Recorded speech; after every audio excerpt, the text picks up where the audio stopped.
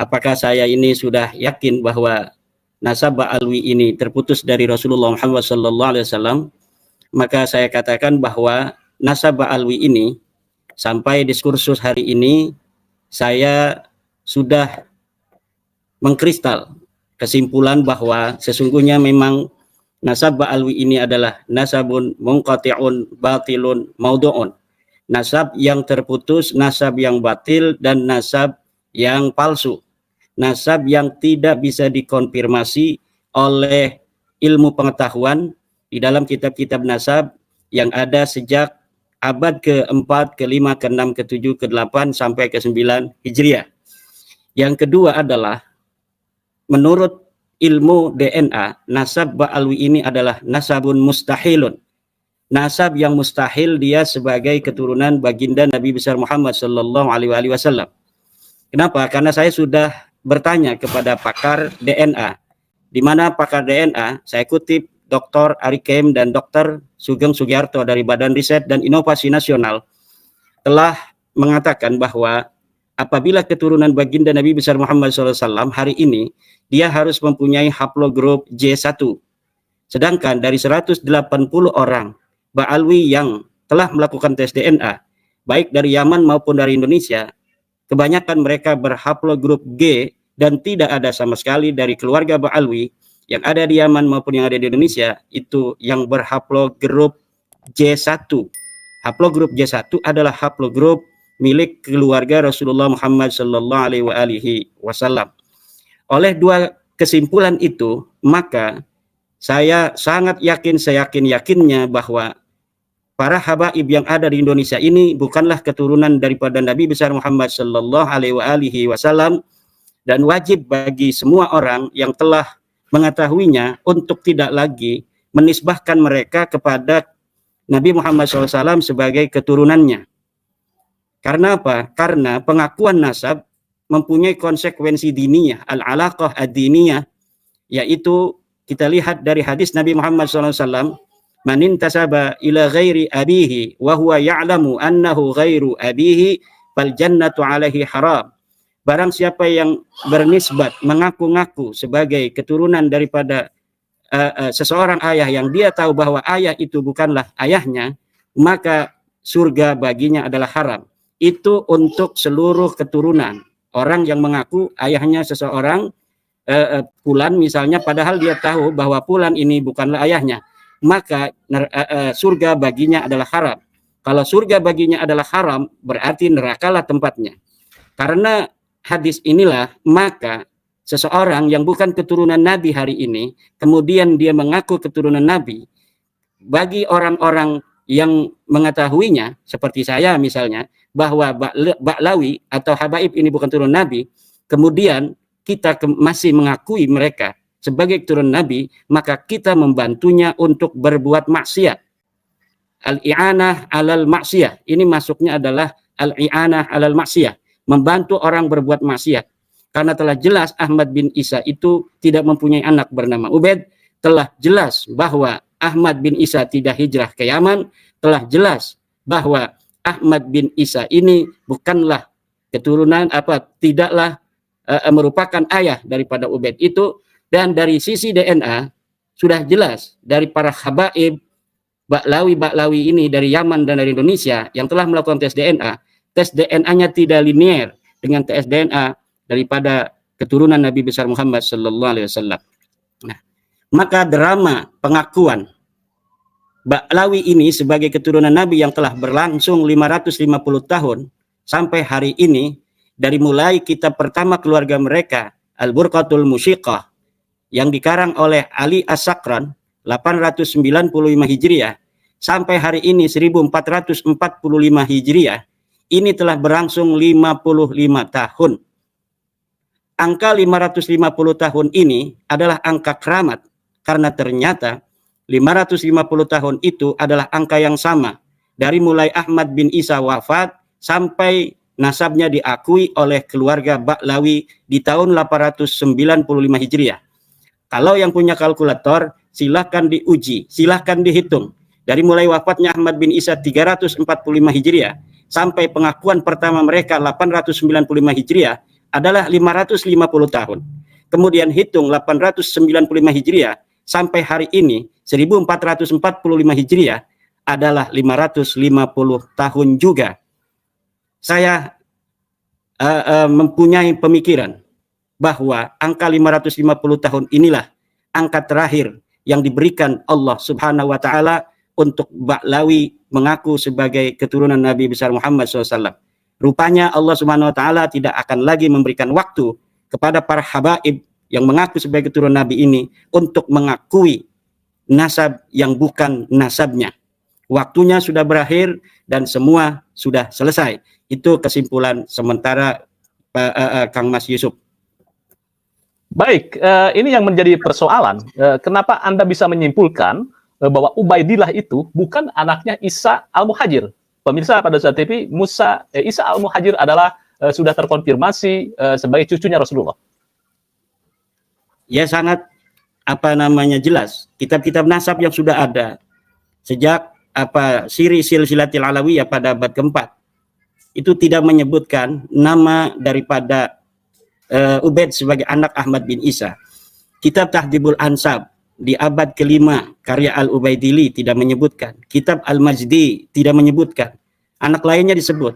Kitab Muntaqilatul Talibiyah tidak menyebutkan Ahmad bin Isa mempunyai anak bernama Ubaid. Kitab Asy-Syajaratul Mubarakah tidak di abad ke-6 597 Hijriah. Kitab itu dikarang oleh Imam Fakhruddin Ar-Razi. Menyebutkan anaknya cuma 3. Anaknya yaitu Muhammad, Ali, dan Husain. Tidak ada anak bernama Ubaid. Kemudian kitab-kitab lainnya, kitab Al-Asili, kitab As-Sabatul Musan, kitab Umdatul Talib, karangan Ibnu Inabah yang ada di abad ke-9 pun, abad di mana Ali As-Sakran keluarga Ba'lawi ini mengaku diri sebagai keturunan Nabi, ini tetap tidak mencatat mereka sebagai keturunan Nabi besar Muhammad sallallahu alaihi wasallam. Dan lalu kalau bertanya, siapa lalu ayahnya Ubaid? Ayahnya Ubaid telah saya dapatkan. Ubaid ini punya ayah namanya Isa bin Alwi. Menurut kitab Tuhfatuz Zaman, karangan Husain Al-Ahdal, wafat 855 Hijriah, bahwa Ubaid ini adalah anak dari Isa bin Alwi. Jadi namanya mirip-mirip. Kalau Ba'lawi ini kan Alwi bin Ahmad bin Isa. Sementara nasab yang sesungguhnya dari Ubaid ini adalah Ubaid mempunyai ayah namanya Isa, Isa mempunyai ayah namanya Alwi. Sampai di situ nasab ini sebenarnya adalah nasab cangkokan dari Bani Ahdal. Jadi ada sebuah klan di Hadramaut yang terkonfirmasi direportase oleh sebuah kitab sejarah di abad ke-8, yaitu oleh seorang historian yang bernama Al-Janadi, wafat 732 Hijriah, di mana di dalam salah satu bagian dia menyebut nama seorang leluhur Bani Ahdal.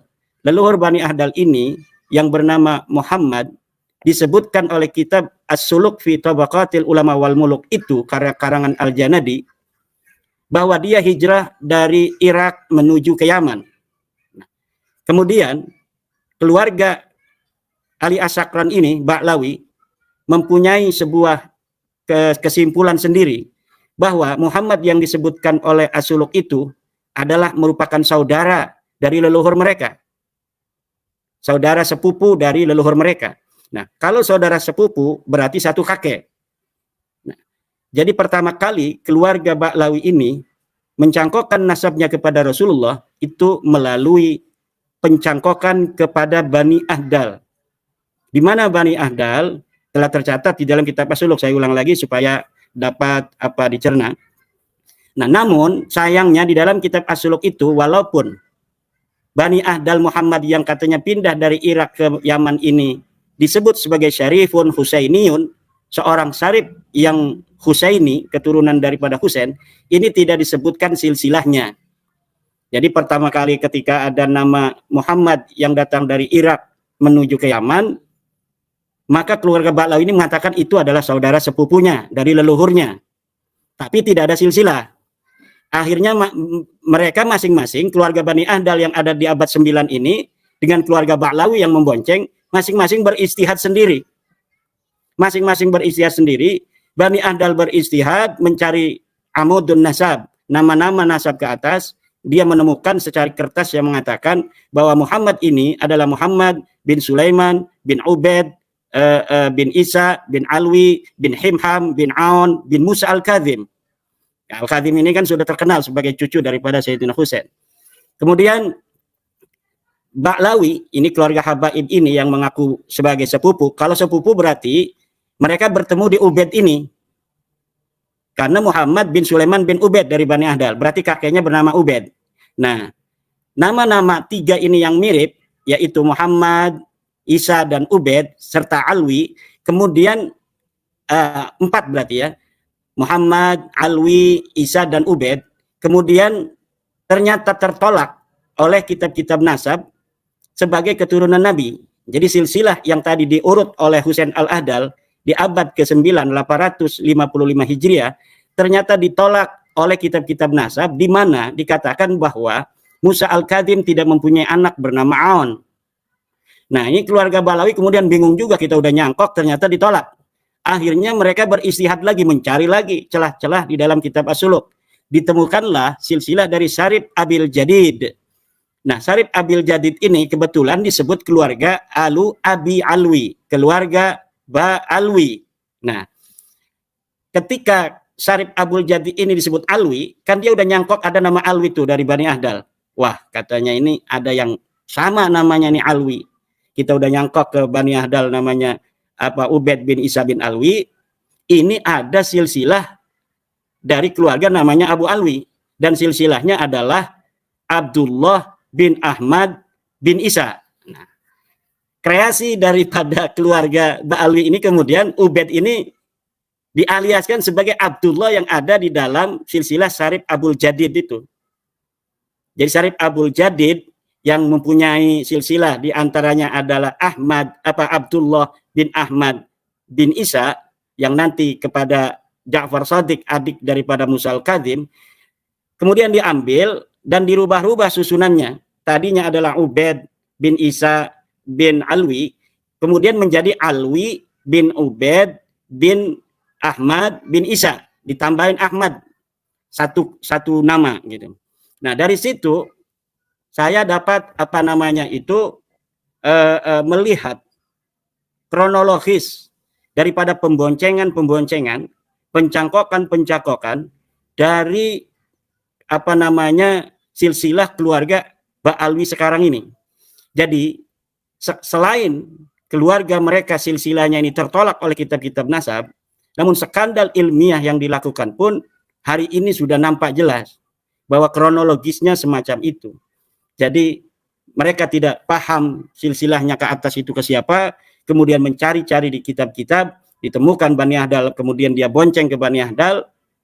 Nah, setelah Bani Ahdal tertolak sebagai keluarga Nabi berdasarkan kitab-kitab nasab, maka mereka berupaya untuk mencari jalan keluar dari deadlocknya nasab Bani Ahdal yang telah mereka cangkok.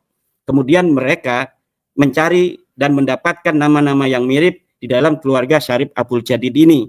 Nah, maka sampai hari ini silsilah mereka menjadi permanen mengikuti silsilah Syarif Abul Jadid dengan mengganti nama Abdullah menjadi Ubaid, dengan narasi alibi bahwa Syarif Abul Jadid yang silsilahnya ada Abdullah itu, kenapa dikenal oleh keluarga mereka sebagai Ubaid adalah tawadu'an, karena tawaduk, kemudian mentasgir nama Abdullah menjadi Ubaidullah.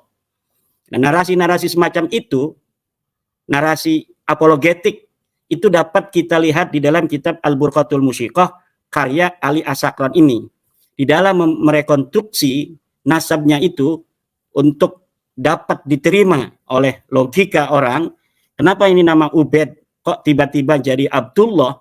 Karena sekarang dia sudah berpindah, nyangkoknya bukan lagi ke Bani Ahdal, tapi nyangkoknya sekarang adalah ke Syarif Abul Jadid. Lalu perpindahan nama Ubaid itu yang tidak ada di dalam nasab Syarif Abul Jadid, yang di dalam nasab Syarif Abul Jadid itu adanya Abdullah, itu dibikinlah alibi bahwa tawaduknya dia itu kemudian mengganti namanya, dikenal di masyarakat dengan nama Ubaid. Itu skandal ilmiah yang pertama kira-kira semacam itu. Kemudian skandal lainnya adalah gelar Al-Muhajir. Itu gelar Al-Muhajir itu sejak dia meninggal 345 Hijriah, Ahmad bin Isa itu tidak ada ulama-ulama yang menyebut dia sebagai Ahmad Al-Muhajir. Ahmad Al-Muhajir ini, gelar Al-Muhajir itu baru dikenal pada tahun 960 Hijriah oleh seorang ulama keturunan Ba'alwi yang namanya Ali Khirid dalam kitabnya Al-Ghurar. Jadi di dalam kitab pertama, kreator pertama Ali As-Sakran saja itu belum ada gelar Al-Muhajir.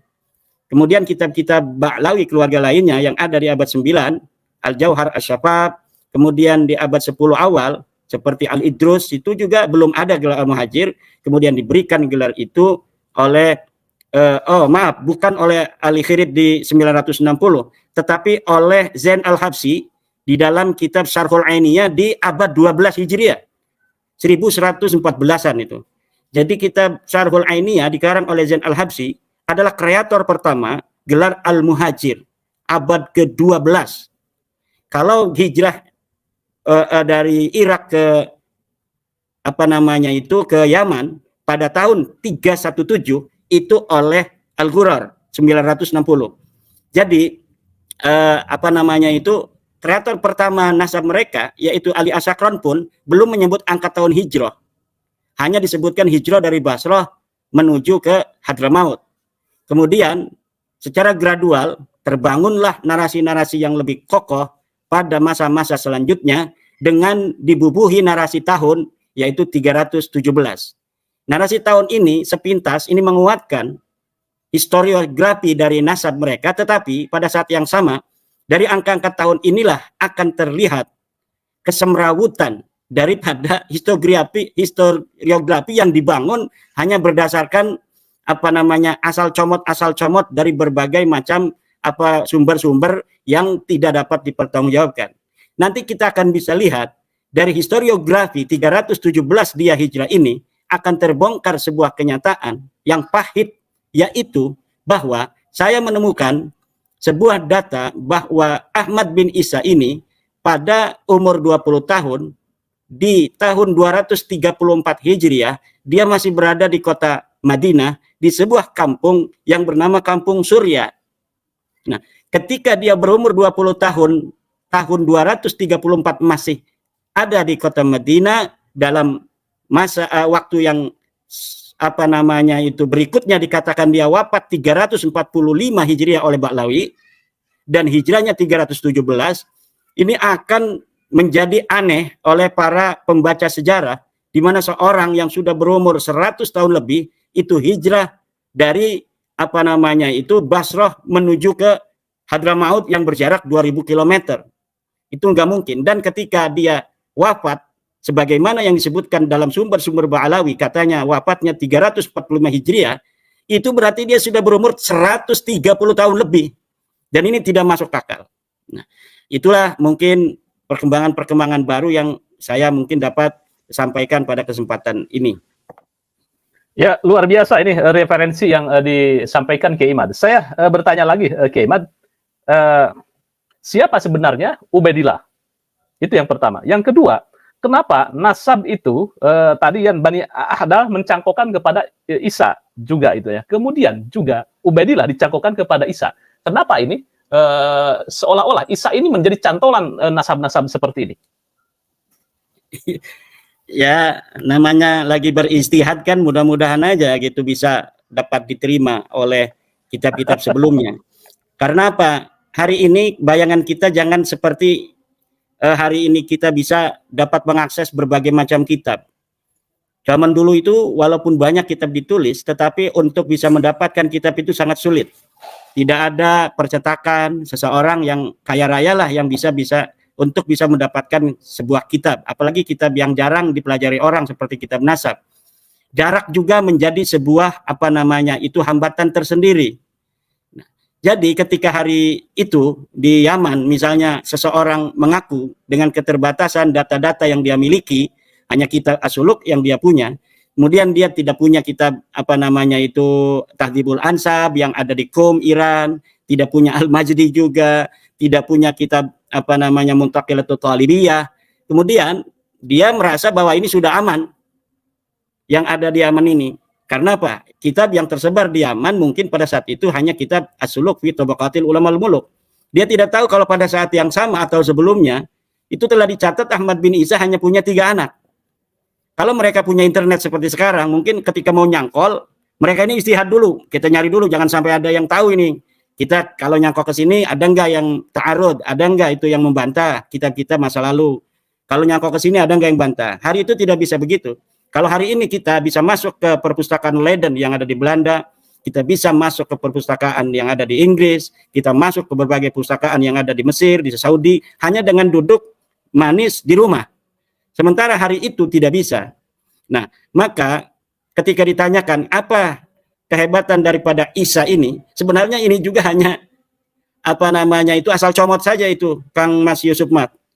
Nama-nama yang asal comot. Husain Al-Ahdal itu mengakui di dalam kitab Tuhfatuz Zaman 855 Hijriah bahwa nama-nama nasabnya itu tidak dimarfukkan, tidak disambungkan oleh As-Suluk. Namun dia menemukan fi ba'dit ta'aliq, hanya di dalam sebagian tulisan-tulisan di pinggir kitab. Artinya tambahan-tambahan dari para ulama yang menulis atau mengkaji kitab itu, kemudian dia menulis silsilah dia begini gitu. Kemudian ta'alik ini yang ada di pinggir kitab atau di kertas, 1 kertas, 2 kertas, dia masukkan di dalam kitabnya. Nah, sayangnya mungkin keluarga ini Ba'lawi tidak melihat juga kitab yang sudah ditulis oleh sepupunya itu Bani Ahdal. Jadi sepupunya menulis dia keturunan Musa al-Kadzim, sementara dia menulis keturunan daripada Ali al-Uraidi. Keduanya adalah saudara. Jadi ini nyangkok ke sini terpentok, ini nyangkok ke sini juga mentok. Ini mentok semua. Maka hari ini pun Mufti di Yaman, Mufti Syarafuddin Samsuddin itu telah mengeluarkan sebuah rilis keluarga-keluarga yang tidak terkonfirmasi sebagai keturunan Nabi, di antaranya Bani Ahdal dan Ba'lawi ini.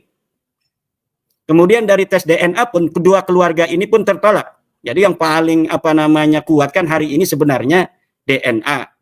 Kita ngomong berbusa-busa tentang kajian pustaka ini sebenarnya hanya memenuhi hasrat ilmiah daripada masyarakat. Sebenarnya ini kalau sudah masuk ke ranah hukum, yaitu pembuktian terakhirnya adalah dengan tes DNA. Dan pakar-pakar tes DNA yang ada di Badan Riset Indonesia itu sudah mengatakan bahwa apabila seseorang yang hari ini mengaku sebagai turun Nabi harus berhaplogrup J1 apabila mengaku jurusan laki-laki lurus ke atas tanpa diselang oleh perempuan satupun. Kalaulah dia mengaku sebagai keturunan Nabi Muhammad dengan haplogrup selain J1, maka ini tertolak secara ilmiah kajian YDNA. Barusan juga Profesor Ari Kem atau Dr. Ari Kem itu dari Badan Riset, saya minta izin untuk mengutip namanya. Kata beliau, silahkan dikutip. Artinya, kita tidak hanya membaca, tetapi juga kita menggali dari keyakinan seorang peneliti akan ucapannya atau narasinya. Kemudian dia mengatakan hal yang seperti saya sebutkan tadi. Jangankan sebagai turun Nabi, keturunan Ibrahim saja bukan. Kenapa? Karena dari mulai Nabi Ibrahim sampai sekarang, ini belum ada perubahan haplogrup. Jadi belum ada tahawurat al-jiniyah, belum ada mutasi genetik. Daripada Nabi Ibrahim sampai sekarang, keturunan garis lurusnya itu harus berhaplogrup J1. Demikian. Ya baik, Keimad, ini ada mungkin nanti bisa di-share linknya, data-data tadi yang ada informasi bahwa Bani Ahdal itu ditolak gitu ya, kemudian linknya atau beritanya. Kemudian itu sudah yang kedua, ada semua di dalam buku saya terakhir, yaitu membongkar skandal ilmiah nasab Ba'alwi, dan itu bisa diakses di internet dan bisa di-download. Iya, baik. Ya, pemirsa, tadi sudah dikonfirmasi bisa di websitenya pondok pesantrennya Keimad ya. Apa namanya? Di Pondok Pesantren Nahdlatul Ulum atau di RMINU Banten atau di archive.org. Oke, ya, di situ ya. Nanti bisa di situ. Kalau di sini tidak bisa saya tampilkan. Satu lagi yang belum saya jawab itu. Kenapa ini mencangkokannya ke Isa gitu kan ya? Siapa sebetulnya Isa tadi kan? Bani Ahdal mencokokkan ke sana, kemudian Ba'lawi juga Ubaidillah masukkan ke sana gitu aja. Kenapa? Itu asal comot saja. Hanya asal comot nama-nama yang dia temukan dalam sebuah kertas gitu. Oke ya. Yang pertama itu saya mungkin yang perlu clear gitu ya. Siapa sebetulnya sosok Ubaidillah? Apakah ada kitab yang menerangkannya atau biografi yang menerangkan beliau ini? Dia sosok yang ahistoris. Tidak ada nama Ubaidillah di abad itu yang ditulis oleh ulama. Kenapa kita bisa mengatakan dia ahistoris? Karena di dalam sumber-sumber Ba'lawi dikatakan bahwa Ubaidillah ini ulama besar. Seorang mujtahid mutlak. Seorang ulama yang dikenal dan banyak muridnya. Tapi ketika kita konfirmasi di dalam kitab-kitab yang ada di masa hidup Ubaidillah, di mana ia dikatakan wafat 383 Hijriah, tidak ada satu kitab sejarah pun yang mengutip namanya, yang menyebut namanya. Di dalam kitab-kitab fikih, kalau dia mujtahid mutlak, tidak ada satu kitab fikih pun yang mengutip pendapatnya. Tidak ada satu lembar pun fatwa-fatwanya.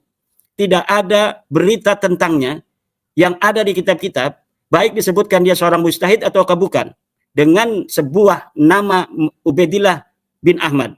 Tidak ada sama sekali.